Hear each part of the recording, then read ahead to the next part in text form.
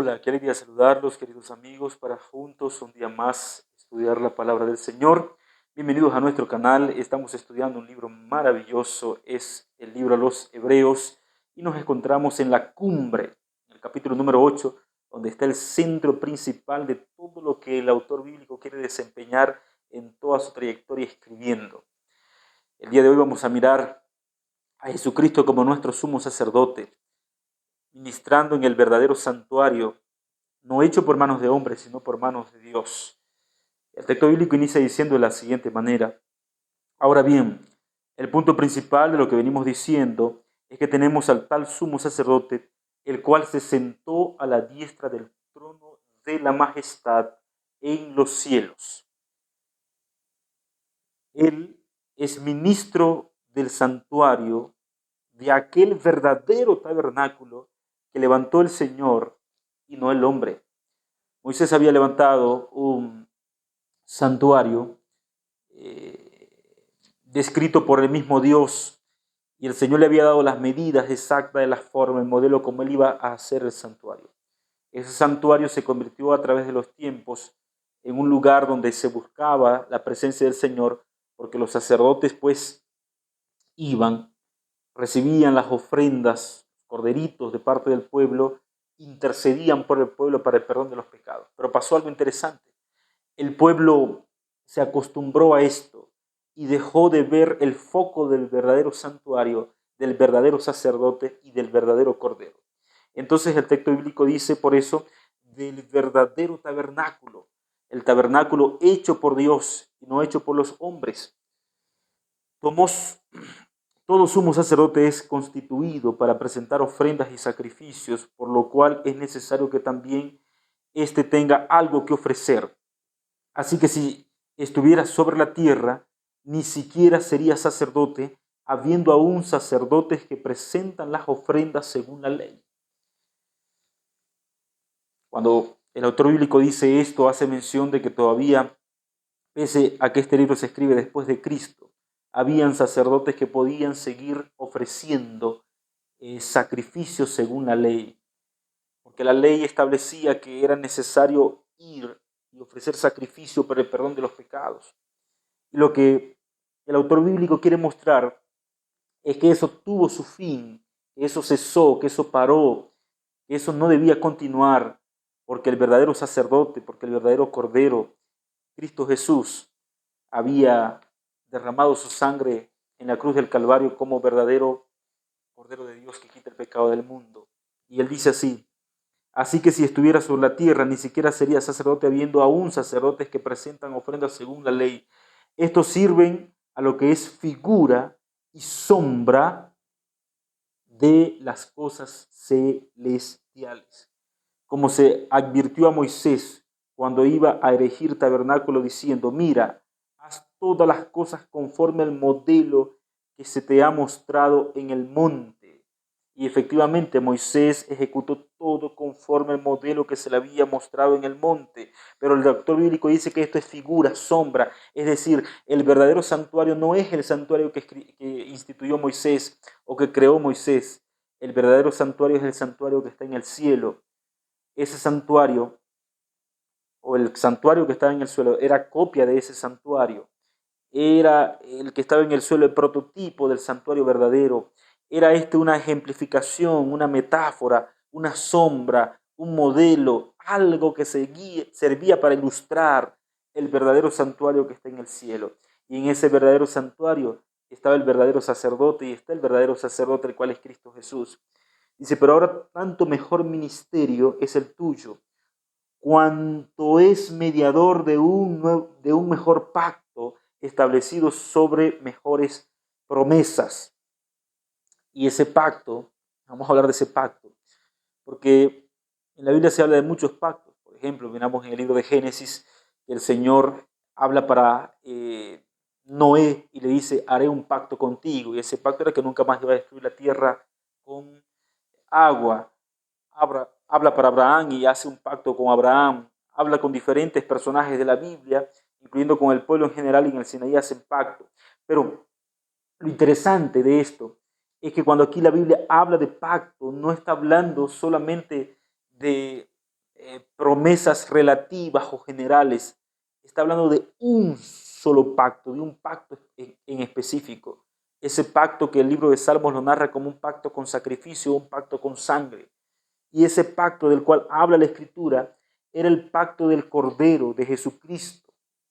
Ni siquiera de las leyes. Cuando las personas hablan del pacto aquí, cita rápidamente las leyes. Las leyes eran símbolo de ese Jesús, de ese Cordero que habría de venir a morir en esta tierra, pero los judíos habían hecho de esto simple liturgia, simple costumbre, simple y llanamente se habían acostumbrado a practicar, podríamos decir, todas estas liturgias que apuntaban al Cordero, pero sin el verdadero Cordero, sin Jesús, sin Dios, sin el verdadero sumo sacerdote, sin el Señor.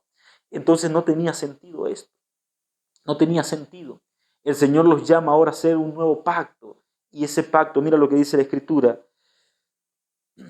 si aquel primer pacto hubiera sido bien sin defecto, ciertamente no habría procurado lugar para el segundo, pues reprendiéndolo dice: vienen días, dice el Señor, en que estableceré en la casa de Israel y en la casa de Judá un nuevo pacto, no como el pacto que hice con sus padres en el día en que los tomé de la mano para sacarlos de la tierra de Egipto, como ellos no permanecieron en mi pacto.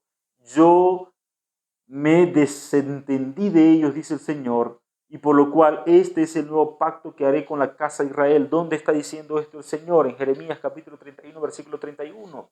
El Señor está hablando de un nuevo pacto. ¿Y cuál es el nuevo pacto que el Señor iba a hacer con Israel? El Señor se iba a encargar de que su vida, su corazón, su alma fuese transformada, porque Dios no es un Dios solo de rituales, Dios no es un Dios solo de ceremonias, Dios no es un Dios solo de religiones. Dios es un Dios que transforma vidas y que transforma el corazón de los hombres. Y el Señor quería cambiar el corazón de Israel, pero Israel pensaba que iba a ser salvo simplemente porque estaban haciendo rituales. Como que una persona el día de hoy piense que va a ser salvo simplemente porque haga el símbolo del bautismo. El bautismo no salva a nadie, el bautismo es un símbolo. Pero para participar de la salvación hay que pasar por ese ritual, por ese símbolo. Pero ese símbolo significa que estás aceptando la muerte y la resurrección de Cristo en tu vida personal. Es como que una persona piense que puede salvarse por realizar la cena del Señor, por comerse un pan, por comerse una hostia. Y eso simple y llanamente es un rito, es un símbolo que representa o simboliza el cuerpo de Cristo Jesús. Pero no tiene su poder alguno para salvarte. Bueno, los judíos pensaron en su época que ellos se podían salvar por los ritos que hacían, cuando todos los ritos del santuario terrenal apuntaban a Jesucristo. Ahora el texto dice así: por lo cual este es el pacto que haré con la casa de Israel después de aquellos días, dice el Señor. Pondré mis leyes en la mente de ellos y sobre sus corazones las escribiré y seré a ellos por Dios. Es decir, cuando el corazón de Israel se devolviese finalmente a Dios y Dios pusiese sus leyes en su mente y en su corazón, es decir, para ejecutarlas, para guardarlas, no para quitarlas. Hay gente que interpreta tan mal la Biblia que piensa que el Señor vino a quitar las leyes, inclusive atribuye a los 10 mandamientos esto y piensa: no, el Señor quitó la ley, puso un nuevo pacto, ya no necesitamos ley, ya no estamos. Pero por favor, el Señor no está quitando las leyes, el Señor está poniendo las leyes en la mente y en el corazón de sus hijos, porque sus hijos anteriores no la tenían en la mente y el corazón, y al tenerla solo en un papel, al tenerla en un documento, al tenerla en un papiro, al tenerla solo en la Torá, pues no podían cumplirla.